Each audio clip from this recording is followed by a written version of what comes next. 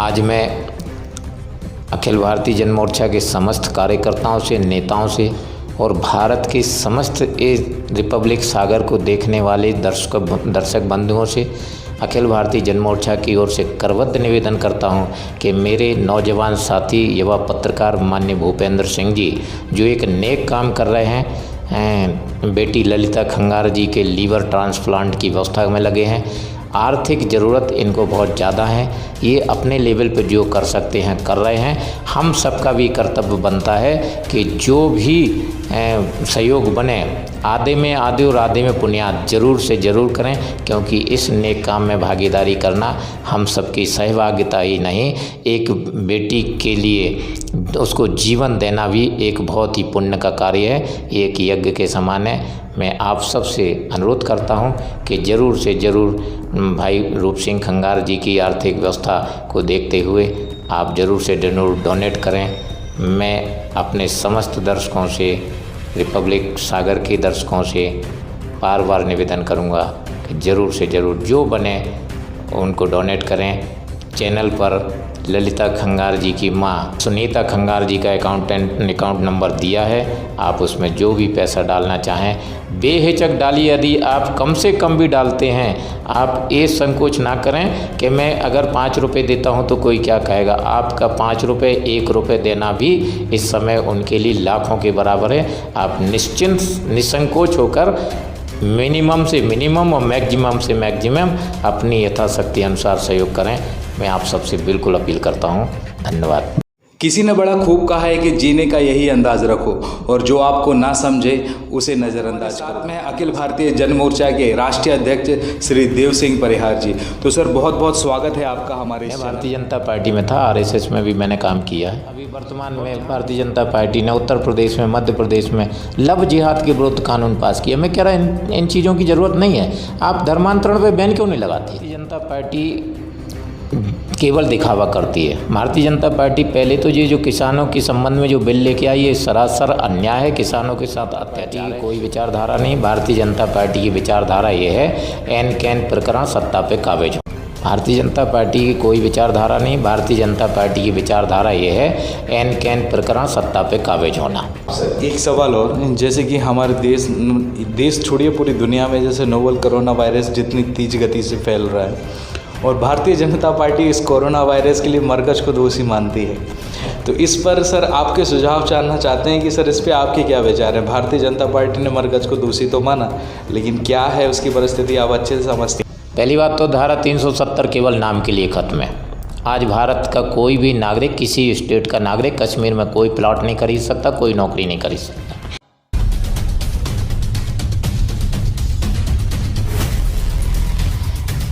किसी ने बड़ा खूब कहा है कि जीने का यही अंदाज रखो और जो आपको ना समझे उसे नज़रअंदाज करो। नमस्कार, मैं हूं आपके साथ में भूपेंद्र सिंह और आप रिपब्लिक सागर मीडिया का एक खास कार्यक्रम देख रहे हैं। आज हमारे साथ में है अखिल भारतीय जन मोर्चा के राष्ट्रीय अध्यक्ष श्री देव सिंह परिहार जी। तो सर बहुत बहुत स्वागत है आपका हमारे इस चैनल पे।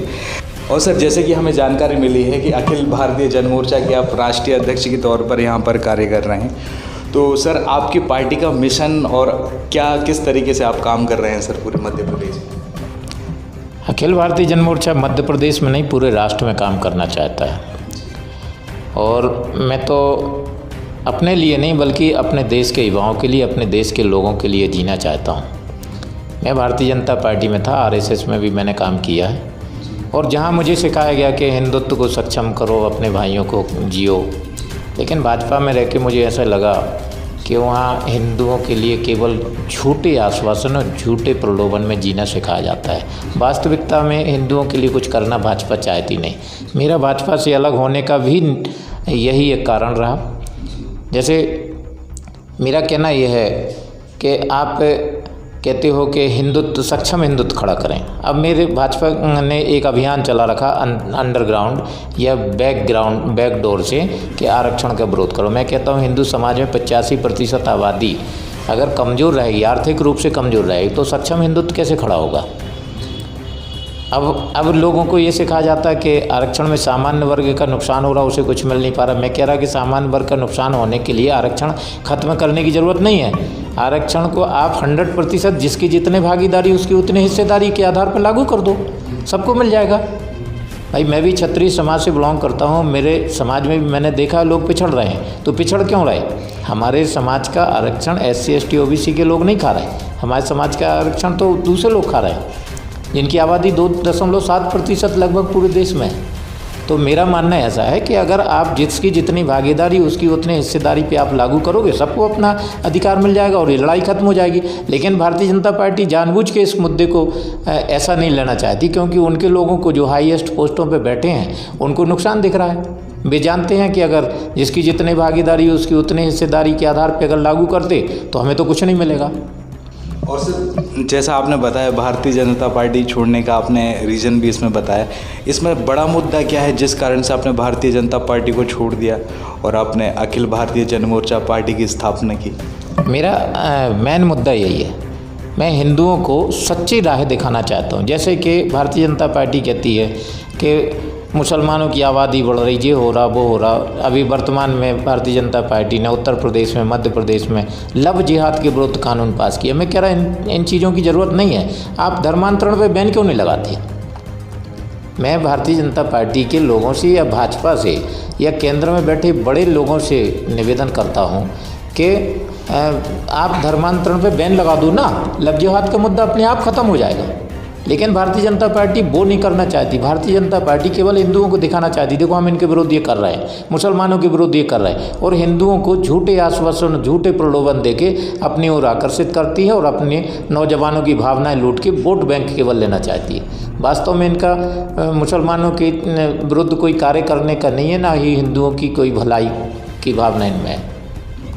सर एक सवाल मैं अपने एक और पूछना चाहता हूँ, जिस अंदाज में मध्य प्रदेश की सत्ता हिल गई वर्तमान, जैसे ये पूर्व में कांग्रेस सरकार रही और अचानक एक ही डिसीजन में कांग्रेस सरकार गिर गई और वहाँ के जितने भी विधायक मंत्री थे कांग्रेस को छोड़कर भारतीय जनता पार्टी में आ गए, और जिस अंदाज में 230 विधानसभा सीटों में से 28 खाली विधानसभा सीटों पर उपचुनाव हुए हैं और एक सत्ता राज भारतीय जनता पार्टी का आया है, लगभग 6-7 सीटें कांग्रेस की ओर आई हैं। तो इसमें आप भारतीय जनता पार्टी का क्या आप विचारधारा समझते हैं कि किस विचारधारा से काम कर रही है? भारतीय जनता पार्टी की कोई विचारधारा नहीं। भारतीय जनता पार्टी की विचारधारा ये है एन कैन प्रकरण सत्ता पे काबिज होना, और वो भारतीय जनता पार्टी ने पूर्व में किया है। आज भारतीय जनता पार्टी की सरकार बन गई, मैं ठीक है, उनने कैसे ही बनाई, वैसे मैं इसको नहीं मानता। भारतीय जनता पार्टी की सरकार में कहता जिस दिन EVM ख़त्म हो जाएगी भारतीय जनता पार्टी पूरे हिंदुस्तान से ख़त्म होने की कगार पे होगी, मैं गारंटी के साथ कहता हूँ। 2009 में स्वयं भारतीय जनता पार्टी के राष्ट्रीय प्रवक्ता GVL नरसिम्हा राव ने इसको बताया था कि EVM कैसे हैक की जाती है। आज भारतीय जनता पार्टी उसका उपयोग कर रही है और जीत रही है। चलिए ये मुद्दा दूसरा है, लेकिन मैं कहना ये चाहता हूँ कि भारतीय जनता पार्टी जनहितैषी भावनाओं की जितनी बात करती है उतनी वास्तव में करती नहीं। कमलनाथ सरकार ने किसान कर्ज माफ़ी का कार्यक्रम चला रखा था, उसने बजट कम होने के कारण, वास्तव में बजट कम था सरकार के पास, उसने 4 चरणों में बांटा था। अब शिवराज सिंह सरकार आ गई है, शिवराज सिंह सरकार के पास ना तो बजट की कमी है, क्योंकि अगर बजट की कमी है तो केंद्र से अनुदान मिल सकता है। किसानों का कर्ज माफ़ आज तक क्यों नहीं किया जा रहा? आज किसान कर्ज माफ़ी नहीं होने के कारण कई किसानों को जो उसके लाभ मिलना चाहिए, जैसे फसल बीमा है, ये है वो है, वो उसके लाभ नहीं मिल पा रहे। भारतीय जनता पार्टी अगर कर्ज माफ़ी कर दे तो किसानों को वो लाभ मिलने लगे। और सर अभी देखा जा रहा है किसान विरोधी बिल चल रहे हैं और दिल्ली स्टेट को पूरी तरीके से जाम किया है, पैरामिलिट्री फोर्स लगाई है, CISF लगाई है, एक तरीके से सर्जिकल स्ट्राइक चल रही है हमारे किसान की ओर, जिसको हमारा कृषि प्रधान देश, भारत को एक कृषि प्रधान देश भी कहा जाता है। अगर उसी भारत में केंद्र सरकार हमारे किसानों के साथ ऐसा व्यवहार करे। देखिए भारतीय जनता पार्टी केवल दिखावा करती है। भारतीय जनता पार्टी पहले तो ये जो किसानों के संबंध में जो बिल लेके आई है सरासर अन्याय है, किसानों के साथ अत्याचार है। मैं अखिल भारतीय जन मोर्चा की ओर से इसकी कड़े शब्दों में निंदा करता हूं और सरकार से तत्काल इस पर पुनर्विचार करते हुए इसे वापस लेने की मांग आपके चैनल से करता हूं। मेरा मानना ऐसा है कि अगर आप वास्तव में किसानों का भला चाहते हो तो एमएसपी जैसे एक मेन मुद्दा है, तो एमएसपी को आप कानूनी रूप देने में क्यों हिचक रहे, बोल क्यों रहे? लिखित रूप में किसान जो मांग रहे हैं कि आप लिखित रूप में साहब आप कानून बना दीजिए कि इससे कम में यदि आप कोई एमएसपी से कम रेट में अगर कोई खरीदेगा तो उसे कोई सजा का प्रावधान होगा। ऐसा तो सरकार नहीं कर रही, केवल किसानों को बहलाया जा रहा। आज हमने देखा कि बुराड़ी में किसानों को एक प्रकार से ओपन जेल में वो रखना चाहते हैं। अभी योगेंद्र यादव जी को ले आए। योगेंद्र यादव जी की पृष्ठभूमि भारतीय जनता पार्टी के संगठन से मिलती जुलती है और वो केवल किसानों में फूट डालने की नीति है। 3 तारीख क्यों दी जा रही, आज क्यों नहीं चर्चा की जा रही? किसानों पे इतनी ठंड में दिल्ली में टेम्परेचर कितना गिरा हुआ रहता है, आज इस हालत में किसानों के ऊपर पानी की बौछारें छोड़ी जा रही। फिर भारतीय जनता पार्टी के नेताओं को किसानों को आतंकवादी कहना, खालिस्तानी कहना, ये कहाँ का जायज़ है? आज मैंने देखा कि भारतीय जनता पार्टी के जो किसान लोग रैली लेके गए हैं, कुछ मुस्लिम बंधुओं ने अगर अपनी मस्जिदें खोल दी उनको रहने के लिए, उनको अगर खाना उपलब्ध करा रहे, तो भारतीय जनता पार्टी अभी प्रवक्ता में देख रहा था एक चैनल पे कि भारतीय जनता पार्टी की वक्ता कह रही थी ये देखिए इनकी मिली भगत साजिश सामने आ रही। अरे काय की साजिश सामने आ रही? अरे भाई वो कोई अगर किसी भूखे आदमी को खाना खिलाने के लिए आगे आ रहे हैं तो उसमें इनको तकलीफ क्या है? भाई आपकी बदौलत वो बैठ रहे हैं, आप उन्हें 3 तारीख की डेट क्यों दे रहे हैं? आज क्यों नहीं बुला रहे? आज आप उनसे क्यों नहीं कह रहे? और सर किसान मांग क्या रहा बेचारा? किसान यही तो मांग रहा कि अगर आप किसानों के प्रति सच्ची नियत रखते हो तो आप एक एमएसपी एक मेन मुद्दा है, उसमें आप उसे कानूनी रूप दे दो। तो वो क्यों नहीं सरकार कर रही? अब आपका नुकसान गिनाता हो। भारतीय जनता पार्टी ये जो कानून लेके आई है ठेकेदारी प्रथा में, आप 5 साल के बाद मैं आपके चैनल के माध्यम से पूर्णतः जवाबदारी के साथ कहना चाहता हूँ, 5-7 साल के बाद जितने छोटे किसान हैं आपको हिंदुस्तान में ढूंढने से नहीं मिलेंगे। भारतीय जनता पार्टी की जो अमीरों को फ़ायदा पहुँचाने की नीति अन्य मामलों में रही है, वो किसानी के माध्यम से भी उनका ये एक शुरुआत है। और सर जिस तरीके से मतलब भारत को एक हिंदूवादी देश कहा जाता है और हिंदू धर्म में गाय को गौ माता का दर्जा दिया जाता है, और आजकल आए दिन देख रहे हैं गौ हत्या के मामले आए दिन सामने आते हैं, चाहे मध्य प्रदेश हो, उत्तर प्रदेश है, लगभग भारत के सभी राज्यों में ये मामला चल रहे हैं। तो सर इस पर आप क्या टिप्पणी करना चाहेंगे सर गौ हत्या के मामले में? मैं भारतीय जनता पार्टी में जब था तो मैंने जीवन भर यही सुना कि गौ हत्या बैन होना चाहिए। आज भारतीय जनता पार्टी 6 साल हो गए सरकार में रहते हुए, अखिल भारतीय जन मोर्चा आपके चैनल से पूरी जवाबदारी के साथ ये मांग करता है, ये कहना चाहता है भाजपा के नेताओं से, भाजपा की सरकार से कि आज गौ हत्या पे बैन क्यों नहीं लगाया जा रहा? आज गौ हत्या पे बैन क्यों नहीं लगाया जा रहा? केवल बूचड़ खाने बंद करके हिंदुओं को दिखाया जा रहा कि हम गौ हत्या बंद करने की कगार बंद करना चाहते हैं, ये काटना चाहते हैं। मैं कह रहा हूँ कि गाय को राष्ट्रीय पशु घोषित करो, गौ हत्या पे बैन लगाओ पूरी तरह। कश्मीर जो मुस्लिम स्टेट कहलाता है वहाँ वर्षों से बैन है, वहाँ पे गौ हत्या नहीं कर सकता कोई आदमी। फिर भारत सरकार गाय हत्या पे बैन क्यों नहीं लगाती? गौ हत्या पे, गौ मांस पे बैन क्यों नहीं लगाती? बीफ बैन क्यों नहीं करती? गाय को राष्ट्रीय पशु घोषित क्यों नहीं किया जा रहा? मैं आपके माध्यम से, आपके चैनल के माध्यम से भारतीय जनता पार्टी की सरकार से, केंद्र सरकार से मांग करता हूं कि गाय को तत्काल राष्ट्रीय पशु घोषित किया जाए। एक सवाल और है सर, जैसे कि हमारे देश में सबसे बड़ी समस्या है युवाओं की रोज़गार की। अगर हम रोज़गार की बात करें तो मध्य प्रदेश में, अगर मध्य प्रदेश नहीं मैं पूरे भारत देश की बात करता हूँ, अगर 100% लोग अगर एजुकेटेड होकर निकलते हैं स्कूल से, कॉलेजेस से, यूनिवर्सिटी से, उन 100% के रेशियो में अगर हम गवर्नमेंट जॉब की बात करें तो 5 से 7% ही जॉब आरक्षित होती है, मतलब डिस्प्ले होती है गवर्नमेंट से निकाली जाती हैं, उसमें भी आरक्षण होता है 5 से 7% में। लेकिन जो बचे हम 5 से 7% अगर रोज़गार हटा भी दें कि इनको अगर रोज़गार मिल भी जाए किसी भी आरक्षण के तहत, लेकिन भी 93% लोग ऐसे होते हैं जो बेरोज़गार होते हैं और अपने तरीके से रोज़गार ढूंढते हैं, गवर्नमेंट जॉब की तैयारी कर रहे हैं, कोई 4-4, 5-5 बार कर रहा है। तो सर आज के एजुकेशन सिस्टम पर आप क्या बोलेंगे? वो रोज़गार की ओर फोकस कर रहा है या फिर अपना एक बिज़नेस ही चला रहा है एजुकेशन के नाम पर? भारतीय जनता पार्टी की सरकार जानबूझ के शिक्षा का प्राइवेटीकरण करने जा रही है, कर रही है।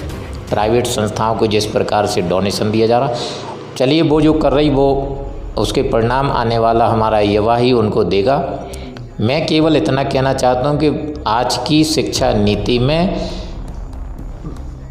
छात्र को ये शिक्षा देने की ज़रूरत है, मोटिवेट करने की ज़रूरत है कि आप बिजनेस करोगे तो भी आपको इस प्रकार का लाभ हो सकता है आप। और उसके लिए सरकार को एक कदम और उठाना चाहिए कि सरकार को युवाओं को ख़ास तौर से एक एजुकेशन निर्धारण करना चाहिए। 10वीं अगर करने के बाद आदमी बिजनेस करना चाहता है तो आपको इतना पैसा सरकार मुहैया कराएगी। 12वीं के बाद अगर करना चाहता है तो इतना सरकार पैसा मुहैया कराएगी। ग्रेजुएशन के बाद अगर युवा रोजगार स्वरोजगार करना चाहता तो उसको सरकार इतना लोन के माध्यम से या किसी अन्य माध्यम से उसको सहायता मुहैया कराएगी। और दूसरा, शिक्षा प्रणाली में ये ज़रूर होना चाहिए कि वो बिजनेस माइंड डेवलपमेंट हो छात्र का। ये शिक्षा प्रणाली में अवश्य मोटिवेशन होना चाहिए कि आप अगर धंधा करते हो, बिजनेस करते हो तो आप इस प्रकार। उदाहरण के लिए मैं आपको मैं किसान का बेटा हूँ। किसानी और वर्तमान में किसानों की व्यवस्था चल रही है। वर्तमान में किसान बहुत परेशान है। असली बात क्या है कि आज का नौजवान किसान जो है वो उसको किसानी के लाभ मालूम ही नहीं, और सरकार उसे बताना भी नहीं चाहती, क्योंकि सरकार चाहती है कि अगर जितने जो अनभिज्ञ रहेंगे किसानी से उतने ही किसानी से दूर होंगे, यानी आसानी होगी बड़े लोगों को किसानी ट्रांसफ़र करने में। अगर किसानी को देखा जाए तो 1 एकड़ किसानी में अगर आप 1 एकड़ किसानी करते हो तो 1 साल में उसकी दोनों फसल पे जो लागत आती है वो मिनिमम या मैक्सिमम कहना चाहिए 10 से 20 हज़ार रुपये के बीच में आती है। लेकिन अगर 1 एकड़ किसानी को ठीक ढंग से कर दिया जाए तो उसमें कम से कम 20 क्विंटल गेहूँ पैदा होता है, जो मिनिमम आज 40 हज़ार का हो सकता है। मतलब 3 महीने के अंदर 20 से 40 हज़ार रुपये युवा प्राप्त कर सकता है। लेकिन अब इसमें क्या है कि उस नौजवान को ये बताने की ज़रूरत है कि आप ये करो, ये करोगे तो आपको इतना पैसा मिलेगा। और ऐसे ही नौजवानों को, मान लीजिए कोई छोटा किसान है, उसके पास किसानी करने की व्यवस्था नहीं है और वो चाहे कि तत्काल उसे कोई सरकारी लोन मुहैया हो जाए ताकि मैं अपने किसानी को अपने ढंग से कर सकूं। सरकार को एक व्यवस्था करना चाहिए कि अगर 2 एकड़ का किसान है, वो अपनी किसानी सरकारी लोन लेके करना चाहती तो उसको लोन फाइनेंस हो, तत्काल फाइनेंस हो, जल्दी फाइनेंस हो और वो अपनी किसानी टाइम पे कर सके। तो मैं समझता हूँ कि शिक्षा प्रणाली में भी बिजनेस माइंड डेवलप करने की ज़रूरत है। अब सर, जैसे कि आप बुंदेलखंड से बिलोंग करते हैं, जैसा कि हमें पता है कि आपकी खुरई विधानसभा क्षेत्र लगती है जिस एरिया में कर रहे हैं, तो बुंदेलखंड को आप किस नज़रिए से देखते हैं? आप बुंदेलखंड में क्या डेवलपमेंट आप चाहते हैं और क्या करने वाले हैं भारतीय जन मोर्चा पार्टी के द्वारा? देखिए, हमारे सागर ज़िला वास्तव में बहुत पिछड़ा हुआ है और मैं जब भी सागर जाता हूँ मुझे बहुत तकलीफ़ होती है। अभी मैं पिछले सागर, जबलपुर, पन्ना, अन्ना में बहुत घूम के आया हूँ। बुंदेलखंड आज पूरे भारत में बहुत ज़्यादा पिछड़ा हुआ क्षेत्र है। बुंदेलखंड के नाम पर राजनीति तो खूब लोग करते हैं, वास्तव में बुंदेलखंड की प्रोग्रेस के लिए कोई नहीं सोचता है। मैं वर्तमान में खुरई विधानसभा की ही बात करता हूँ। खुरई विधानसभा में वर्षों से खुरई को ज़िला बनाने की मांग चल रही है। 1938 में अंग्रेज़ों ने खुरई को तहसील की मान्यता दी और आज 100 साल बाद, बल्कि 150 साल बाद भी सबसे पहला हकदार खुरई है ज़िला बनने के लिए। लेकिन खुरई को ज़िला बनाने के लिए आज खुरई क्षेत्र के जो संपन्न नेता हैं, जो अच्छी खासी भारतीय जनता पार्टी में पैठ रखते हैं, भाजपा में जीत रहे हैं, मंत्री बन रहे, संतरी बन रहे, जो भी है, लेकिन खुरई को ज़िला बनाने की ओर उनका ध्यान नहीं है। एक भी वक्तव्य उनका नहीं आता। दूसरी बात, बुंदेलखंड राज्य बनाने की कुछ लोग बात कर रहे हैं। मैं कहता बुंदेलखंड राज्य क्यों बना रहे हो? एक जाति विशेष के नाम पे कोई राज्य की स्थापना क्यों करना चाहते हो? पृथ्वीराज चौहान जी ने जब 1172 में इस क्षेत्र को अपने अधीन लिया तो उनने अपने सामंत खेत सिंह खंगार जी को इस क्षेत्र का प्रतिनिधि नियुक्त किया और उस समय उनने सच्चा लोकतंत्र पृथ्वीराज चौहान ने स्थापित किया था और उसका नाम जुझोती प्रदेश रखा। मैं कहता हूँ कि जुझोती प्रदेश क्यों ना बने, जहाँ हम आपका सबका प्रदेश हो।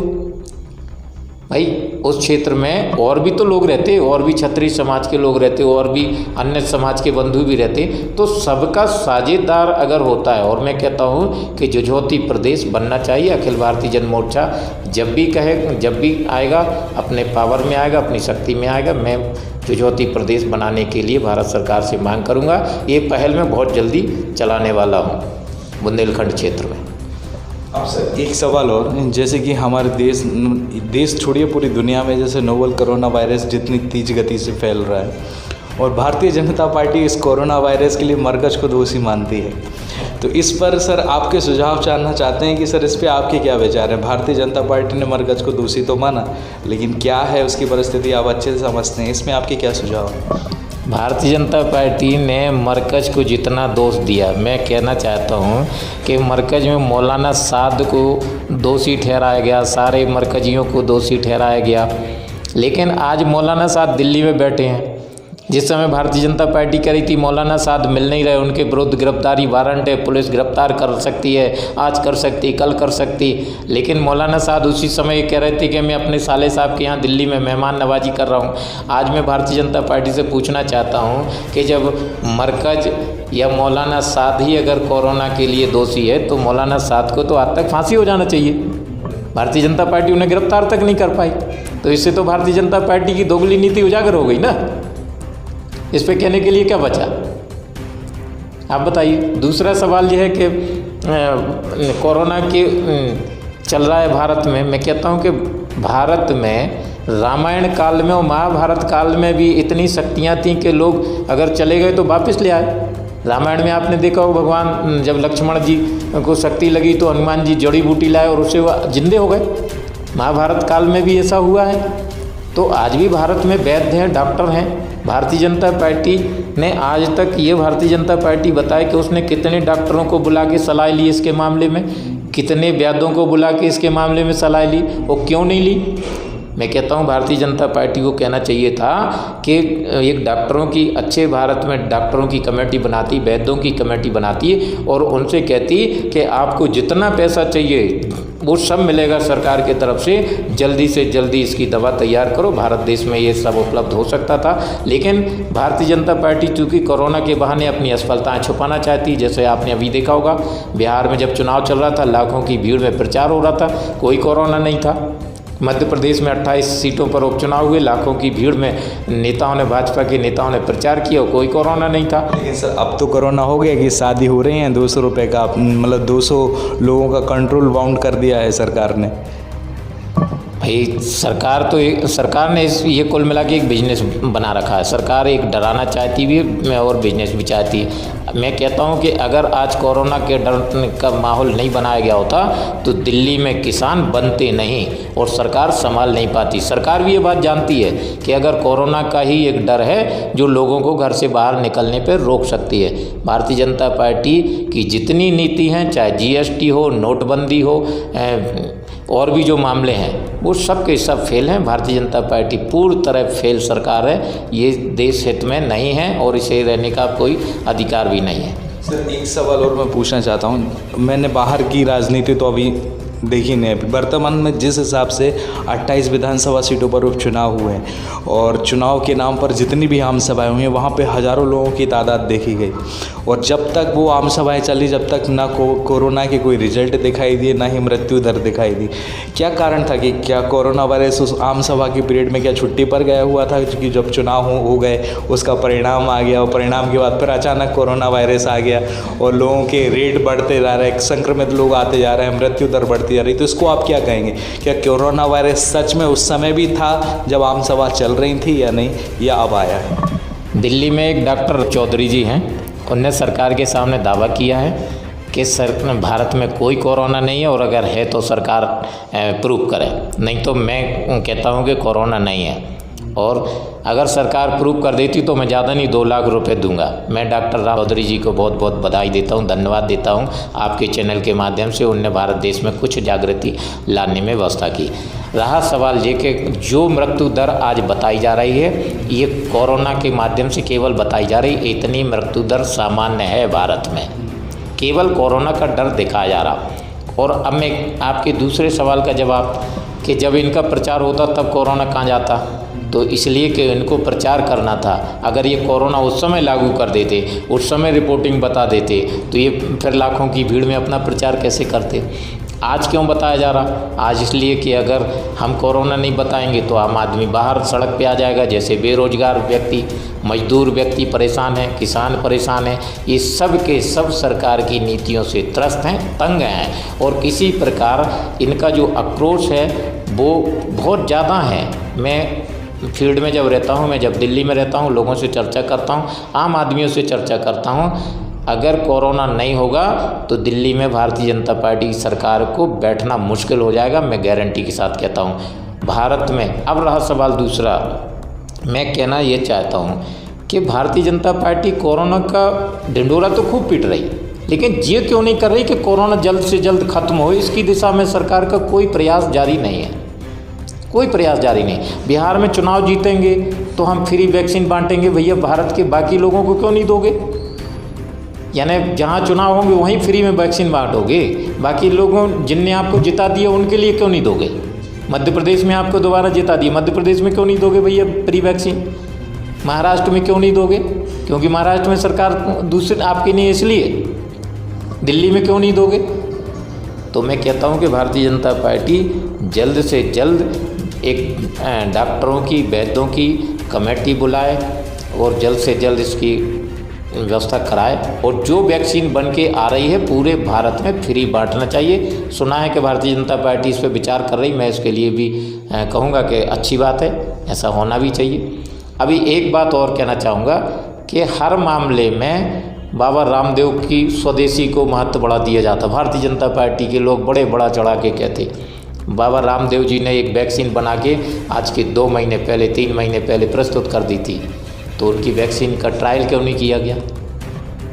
भाई ठीक है, बाबा रामदेव जी ने अपनी तरफ से कह दिया था, लेकिन सरकार को तो चाहिए कि उसका ट्रायल कराती। अगर वो सही होती, हो सकता मार्केट में लोगों को सस्ते दामों पे मिल जाती, वो 3 महीने पहले मिल जाती, तो आज जो कोरोना की स्थिति है भारत में वो नहीं होती। तो भारतीय जनता पार्टी करना क्या चाहती, देश के सामने क्या उदाहरण प्रस्तुत करना चाहती? अब सर, जैसे नोवल कोरोना वायरस पूरे भारत में है और यहाँ फ्रंट लाइन वॉरियर्स जो फाइटर हैं, कोरोना फाइटर, आज के समय में डॉक्टर्स हैं जो अपनी स्वास्थ्य सेवाएं बहुत ही डेडिकेशन और सिंसियरिटी से देते जा रहे हैं। अभी का हाल ही में एक केस हुआ है कि डॉक्टर शुभम उपाध्याय, जिनका फेफड़ों और लंग्स में काफ़ी हद तक संक्रमण फैल चुका था और वो संक्रमण के चलते कोरोना वायरस के उनका दुखद निधन हो गया, बल्कि शहीद हो गए लोगों को बचाने के चक्कर में। और उनके परिवार वाले एलिगेशन लगा रहे हैं कि मध्य प्रदेश सरकार ने एक ऐसे कोरोना फाइटर के लिए फंड, यानी कि ट्रीटमेंट के लिए पैसे देने में देरी कर दी और कुछ तूफ़ान का कारण बताकर उनको चेन्नई नहीं भेजा, जिस कारण से उनका दुखद निधन हो गया। तो सर, इस बारे में आप क्या कहते हैं? मैं कोरोना वायरस में डॉक्टरों को, पुलिस वालों को, पत्रकारों को, इनको सबको मानता हूँ। ये सब अपनी ईमानदारी से ड्यूटी निभा रहे। सरकार को चाहिए कि जो भी कोरोना वॉरियर्स है, जो भी फाइटर हैं, उनके परिवार के सहित कम से कम 1 करोड़ रुपए की बीमा राशि उनको फिक्स करें कि और इमीडिएटली कि ताकि अगर उस परिवार को, जैसे डॉक्टर है, पत्रकार है, पुलिस वाला, अगर वो गलती से भी संक्रमित होता है तो तत्काल उसके खाते में 1 करोड़ रुपए आना चाहिए, तत्काल वो अपनी इलाज व्यवस्था करा सके। ये भाजपा की सरकार से अखिल भारतीय जन मोर्चा आपके चैनल से माध्यम से मांग करता है, क्योंकि वास्तव में ये 3 क्षेत्र जो हैं, पुलिस वाले हैं, डॉक्टर्स हैं, पत्रकार बंधु हैं, ये पूरी ईमानदारी से अपनी जान की परवाह किए बगैर कोरोना के इस महामारी के बीच में भी ड्यूटी दे रहे हैं, सेवाएं दे रहे हैं। तो केंद्र की सरकार का, भाजपा की सरकार का ये कर्तव्य बनता है कि कम से कम 1 करोड़ राशि उन फाइटरों की, उनको चिन्हित करें, उनकी सरकार लिस्ट बनाए और उनकी इस प्रकार की कम से कम बीमा राशि तो निर्धारित कर दे। शुभम उपाध्याय जी जो हमारे बीच से गए, मैं सबसे पहले अखिल भारतीय जन मोर्चा की ओर से उनके श्री चरणों में सत नमन करता हूँ, कोटि कोटि प्रणाम करता हूँ। उस परिवार को मैं अपनी ओर से भगवान से इस गहन दुख को सहन करने की शक्ति प्राप्त हो, ऐसा निवेदन करता हूँ। दूसरा, मध्य प्रदेश की सरकार शुभम उपाध्याय को यदि चाहती तो 100% बचा सकती थी। कोई बहाना नहीं था, कोई तूफान नहीं था, चेन्नई में नहीं था, दूसरी जगह था, दिल्ली में भी इलाज हो सकता था, बॉम्बे में भी, और जब वो एक डॉक्टर था और हमारा फाइटर था, कई लोगों की जान बचा सकता था, तो हम क्यों नहीं और अच्छी जगह बाहर भी भेज सकते थे, विदेश भी भेज सकते थे। सरकार के पास पैसे की कमी है क्या? वो डॉक्टर मध्य प्रदेश सरकार में शिवराज सिंह कहते मैं तो मामा जी हूँ, तो शिवराज सिंह जी को तो कम से कम सोचना चाहिए कि वो बेचारे उसके भी बच्चे तो आपको मामा कहेंगे। आज उन बच्चों को मामा जी क्या कर रहे हैं, ये तो शिवराज सिंह को से पूछना चाहिए आप लोगों को। शुभम उपाध्याय जी ने जिस प्रकार से बीमारी के बीच में लोगों की सेवाएं दी वो वास्तव में सराहनीय है। और मैं फिर कहता हूं कि कुछ नहीं तो कम से कम 1 करोड़ की राशि तत्काल शिवम उपाध्याय के परिवार वालों को मध्य प्रदेश सरकार को उपलब्ध कराना चाहिए और उनके शेष बचे हुए परिवार को कैसे संक्रमण से बचाया जाए इसकी भी जवाबदारी सरकार को लेना चाहिए। सर, जिस तरीके से भारत सरकार ने जम्मू एंड कश्मीर में 370 की धारा हटाई है और पूरे आतंकवाद को नष्ट करने का एक प्रण लिया हुआ है कि 370 धारा हटाने से आतंकवाद पूरी तरीके से नष्ट हो जाएगा, तो इस पर आपके क्या सुझाव है? पहली बात तो धारा 370 केवल नाम के लिए खत्म है। आज भारत का कोई भी नागरिक, किसी स्टेट का नागरिक कश्मीर में कोई प्लॉट नहीं खरीद सकता, कोई नौकरी नहीं खरीद सकता। वर्तमान में अभी कुछ पोस्टें कश्मीर सरकार में निकली थी जिसमें भारत सरकार के ही स्पष्ट निर्देश थे कि 100% केवल कश्मीरी व्यक्ति ही इसमें आवेदन कर सकता है। तो पहला तो ये केवल दिखावा है कि 370 धारा खत्म हो गई। और अगर सरकार ने एक बहाना लिया आतंकवाद खत्म हो जाएगा, मैं कहता हूँ इसके पहले भी सरकार कह चुकी कि GST नोटबंदी से आतंकवाद खत्म हो जाएगा। आज आतंकवाद 4 गुना है, रोज़ हमारे जवान शहीद हो रहे हैं। वास्तव में सरकार अगर वहाँ धारा 370 को लागू करना चाहती है, आतंकवाद खत्म करना चाहती, तो मैं कहता हूँ कि भारत में जो शक्तिशाली वर्ग माने गए, जिन्हें एक लड़ाकू कौम भी कहना चाहिए, क्षत्रिय हैं, पंजाबी हैं, जाट हैं, इनको सरकार वहाँ कम से कम 2-2 हज़ार स्क्वायर फीट ज़मीन अलॉट करे रहने के लिए। कम से कम 20-20, 25-25 लाख रुपए वहाँ बिजनेस करने को पैसा अलॉट करें और अपने प्रत्येक परिवार को, प्रत्येक व्यक्ति के हिसाब से वहाँ सुरक्षा, अपनी स्वयं की सुरक्षा व्यवस्था के लिए हथियार मुहैया कराए, वहाँ लाइसेंस जारी करें। मैं देखता हूँ कैसे आतंकवाद खत्म नहीं होता। भारत में एक क्षत्रिय वर्ग, पंजाबी या जाट ही एक ऐसी कौमें हैं जो अपने स्वयं के बलबूते भी किसी आतंकवादी का मुकाबला कर सकते हैं।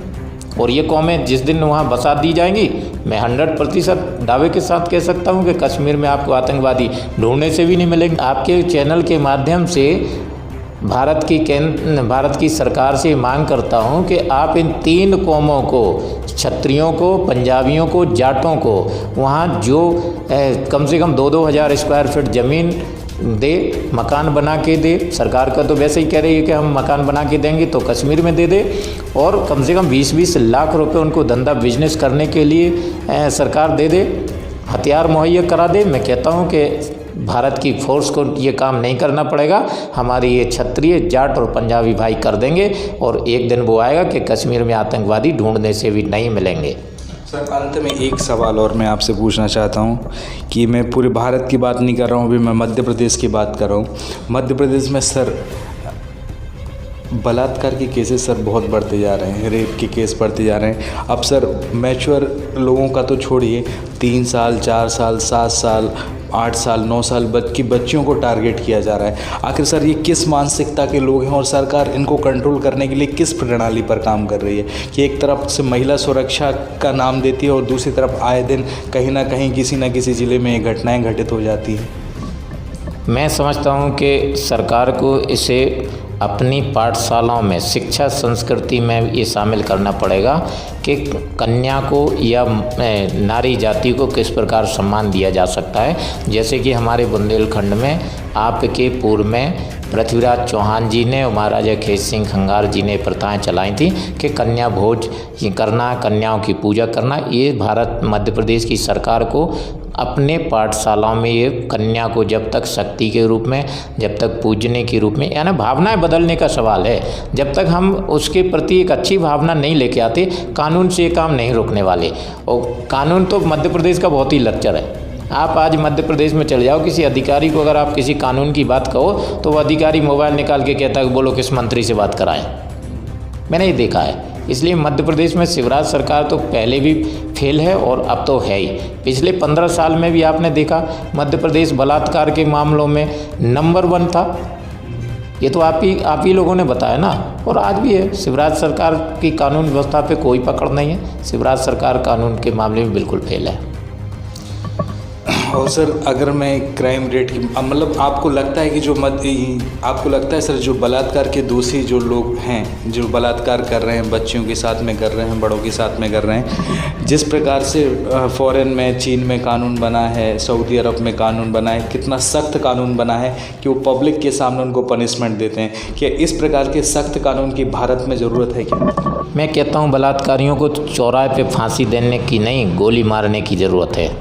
और अगर ये कानून, जैसे आप अभी मुस्लिम देशों में कुछ इस प्रकार के कानून बने हैं, सऊदी अरब वगैरह में, भारत में भी इस प्रकार की व्यवस्था होना चाहिए कि अगर कोई किसी नारी जाति के अपमान स्वरूप कुछ करता है या ज़बरदस्ती कुछ करता है, बलात्कार जहाँ सिद्ध होता है वहाँ उसे कोर्ट में, कचहरी में समय ख़राब करने की ज़रूरत नहीं और छुपा के कमरे में फांसी देने की ज़रूरत नहीं। उसे जब तक चौराहे पे खड़े करके फांसी नहीं दी जाएगी, लोगों में डर का वातावरण नहीं बनेगा। और सर मध्य प्रदेश में अभी जबलपुर हाई कोर्ट का एक स्टेटमेंट निकला है। जबलपुर हाई कोर्ट ने एक स्टेटमेंट निकाला है कि जिस प्रकार से मतलब मध्य प्रदेश राज्य पुलिस आरोपियों को, संदेहों को गिरफ्तार करती है और उनके डर को और उनके भय को दूर करने के लिए जनता के सामने जुलूस निकालती थी कि ये अपराधी हैं, इन्होंने ऐसा ऐसा गुनाह किया था तो हम इसको पनिशमेंट कर रहे हैं, और उसी एरिया में जुलूस निकालती थी जिस एरिया में उनका डर और उन अपराधियों का दबदबा रहता है। लेकिन वहाँ के जबलपुर हाई कोर्ट ने एक इंस्ट्रक्शन दिया, नोटिफिकेशन दिया, निर्देश दिए कि अब किसी भी प्रकार के आरोपी और संदेहों का किसी भी प्रकार से जनता के सामने जुलूस ना निकाला जाए, ना ही आरोपियों की, संदेहों की फ़ोटो है ना किसी भी सोशल मीडिया पर सर्कुलेट किया जाए। तो क्या इससे सर क्राइम कंट्रोल होगा कि बढ़ेगा सर? मैं तो इस प्रथा ही को गलत मानता हूँ कि सरकार उसमें अपराधी का जुलूस निकालती है, उससे डर कायम नहीं होता। यह डर मतलब ये संदेश नहीं जाता कि अपराधी को सज़ा दी जा रही, बल्कि वो अपराधी हीरो बन जाता है। जो लोग नहीं मानते वो लोग भी उसको डरने लगते हैं। अरे भाई, वो तो दुनिया जानता है कि भारत का कानून कितना लच्चर है ना। और ये इससे एक वो गुंडा जो है ना, वो हीरो बन जाता है। मुझे लगता है कि ये प्रथा वास्तव में गलत है। इस प्रकार का काम नहीं होना चाहिए। माननीय हाई कोर्ट ने जो निर्णय दिया, अच्छा दिया।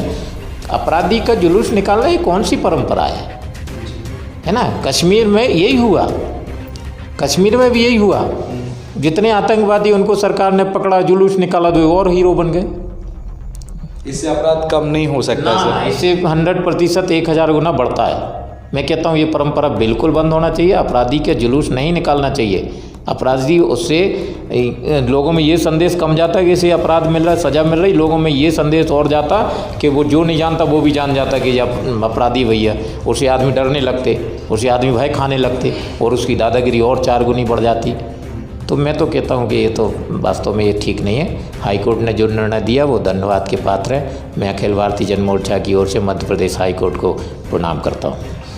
सर बहुत बहुत धन्यवाद आपका हमारे साथ में, चैनल के साथ में जुड़ने के लिए। अभी हमारे साथ में थे देव सिंह परिहार जी, जो अखिल भारतीय जन मोर्चा के राष्ट्रीय अध्यक्ष हैं, और उनसे हमारी खास बातचीत हुई थी सरकार को लेकर, कानून व्यवस्थाओं को लेकर और सभी प्रकार की कार्यप्रणालियों को लेकर कि अखिल भारतीय जन मोर्चा किस तरीके से अपनी कार्यशैली रखेगी, अपने मिशन को इस आने वाले विधानसभा चुनाव में मध्य प्रदेश में किस तरीके से विस्तार करेगी। और सर मैं फिर से बोलता हूँ सर, बहुत बहुत धन्यवाद आपका हमारे साथ में, चैनल के साथ में जुड़ने के लिए। आपके दर्शकों को भी, आपके चैनल को भी धन्यवाद, आपके दर्शकों को भी धन्यवाद। और मैं मध्य प्रदेश के, भारत के युवाओं से यही कहूँगा कि अपने प्रति जागरूक रहिए, अपने अधिकारों के प्रति जागरूक रहिए। जब तक आप जागरूक नहीं रहेंगे, आपके अधिकारों का कोई भी हनन कर सकता है। इसलिए आप सब सचेत रहें। जय हिंद।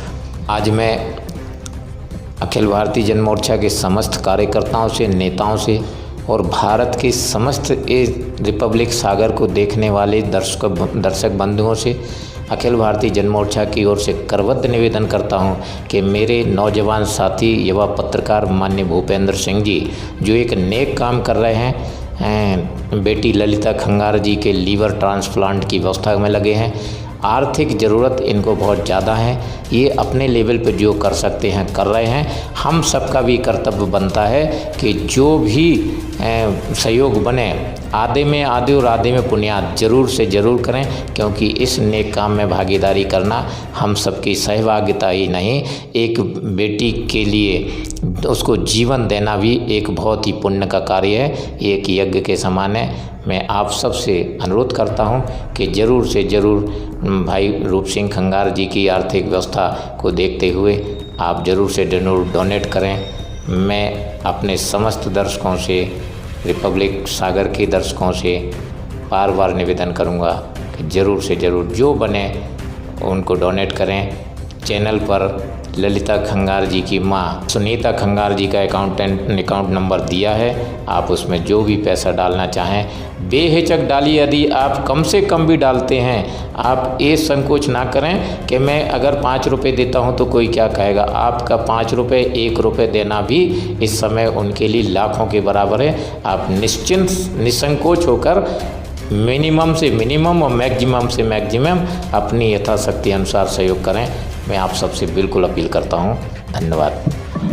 थैंक यू सर हमारे साथ में चैनल जुड़ने के लिए। और इसी प्रकार हमारी देव सिंह परिहार जी से आगे भी बातों का सिलसिला जारी रहेगा। जब भी हमारा विजिट दिल्ली में होगा इनसे मुलाकात जरूर होगी। और आने वाले विधानसभा चुनाव में जिस प्रकार से उन्होंने प्रण लिया है कि मध्य प्रदेश में 30 विधानसभा सीटों पर 30 विधानसभा क्षेत्र और आगे इन्होंने प्रण लिया है कि 2023 के चुनाव में मध्य प्रदेश के विधानसभा चुनाव में 30 विधानसभा सीटों पर ये उम्मीदवार खड़ा करेंगे। और काफ़ी उम्मीदवार सामने आए हैं जो लोकप्रिय नेता के रूप में भी जाने जाते हैं। अब आपको मध्य प्रदेश में पूरे कम से कम 30 विधायक लेके जाऊंगा विधानसभा। मैंने चिन्हित कर ली वो जीतने वाली विधानसभाएं मेरे पास हैं। आज अगर सरकार चाहे तो मैं लिस्ट जारी करता हूँ, चुनाव करा ले, मैं बताता हूँ जिता के 30 विधायकों के साथ कम से कम जाऊंगा। अखिल भारतीय जन मोर्चा 2030 में पूरे 230 विधानसभा पर चुनाव लड़ेगी। आप सब तैयार रखें और अपने अपने क्षेत्र में अपनी भागीदारी करने के लिए तैयार रहें। भारत को हमें एक नई राजनीति देने की ज़रूरत है। बहुत देख लिया कांग्रेस और भाजपा और कांग्रेस में केवल इतना अंतर है कि भाजपा को कांग्रेस नहीं चाहिए, कांग्रेस ही सब चाहिए। मैं कहता हूं कि अगर भारतीय जनता पार्टी में राहुल गांधी आ जाएं तो मोस्ट वेलकम करेगी भाजपा। इसलिए कांग्रेस मुक्त अगर भारत चाहते हो, कांग्रेसी मुक्त भारत भी आपको बनाना पड़ेगा। और कांग्रेस और भाजपा के विकल्प के रूप में आप अखिल भारतीय जन मोर्चा को चुनें। मैं आप सब से अनुरोध करता हूं, नौजवान साथियों से अनुरोध करता हूं कि आप आइए, राजनीति को भी प्रोफेशन बनाइए। बिल्कुल राजनीति प्रोफेशन है जहां से आप अपना और अपने समाज का भला कर सकते हो। अखिल भारतीय जन मोर्चा आपको ये अवसर देने के लिए तैयार है। धन्यवाद।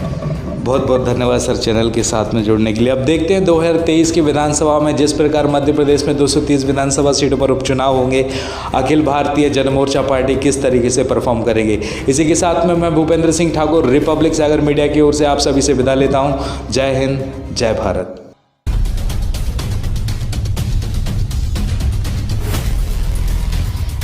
दुनिया के सबसे बड़े और आधुनिक प्लांट में हर बारीक परीक्षण से गुजरकर साइंस, टेक्नोलॉजी एंड डिजाइन के अद्भुत मेल से बना है सोनालिका ट्रैक्टर। एक ऐसा ट्रैक्टर जिसमें है जबरदस्त पावर। सोनालिका ट्रैक्टर्स में है HTM इंजन जो दे ज्यादा माइलेज, ज्यादा पावर और ज्यादा स्पीड। हर किसान की आन बान और शान। तो जीत लीजिए ये दुनिया अपने सच्चे साथी सोनालिका ट्रैक्टर्स के साथ। सबसे कम डीजल, सबसे ज्यादा पावर और सबसे ज्यादा रफ्तार का ही नाम है सोनालिका ट्रैक्टर्स, साथ ही हर जीप का। तो फिर देर किस बात की है, आज ही संपर्क करें साक्षी ट्रैक्टर्स एंड मोटर्स, अधिकृत विक्रेता सोनालिका ट्रैक्टर्स, वीरेंद्र पूनम पटेल, कृषि उपज मंडी के आगे, खुरई रोड, सागर, मध्य।